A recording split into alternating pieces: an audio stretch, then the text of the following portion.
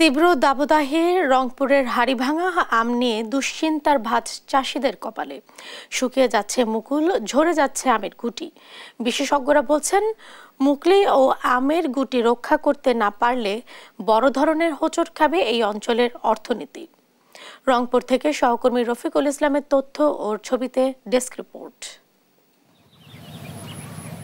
চলতি বছর রংপুরে প্রায় ২৫০০ হেক্টর জমিতে আমের আবাদ হয়েছে। স্বপ্ন ছিল বাম্পার ফলনের, কিন্তু চাষি ও বাগান মালিকদের সেই আশায় পড়েছে ভাটা। অসময়ে শিলাবৃষ্টি, দাবদাহ ও পোকার আক্রমণে মুকুল ও আমের গুটি ঝরে যাওয়ায় চরম হতাশায় কাটছে তাদের দিন। ওষুধ কোম্পানিরা কাজ করে সেটাই আমাদের খালি বলে, আর যায় যেটা মানে আমাদের আম ঝরিয়ে যাচ্ছে ওদেরকে কোনো লক্ষ্য নাই। ভালোভাবে পরামর্শ দেবে এটা তারা তদারকি সেভাবে করতেছে না। এমন দুর্ঘটনার ওষুধপাতি দিয়েছি, বহু টাকা পয়সা আমার ক্ষয়ক্ষতি। এবার যে কি করব আমি নিজেই বলতে পারতেছি না। মনটা এবার খুবই খারাপ। ৫-৭টা করে ডালত আম এসে সেবার এবার আম একটা করি। এমন পরিস্থিতির জন্য কৃষি বিভাগ দোষ চাপাচ্ছে চাষিদের ওপর। আর ফসল রক্ষা করতে না পারলে অর্থনীতির ধারাবাহিকতা রক্ষা চ্যালেঞ্জ মনে করছেন অর্থনীতিবিদরা।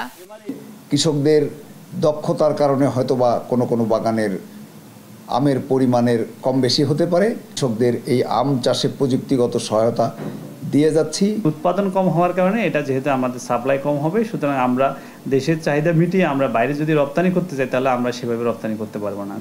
সরকারি সহযোগিতা পেলে এই পরিস্থিতি থেকে উত্তরণ সম্ভব বলে মনে করছেন বিশেষজ্ঞরা।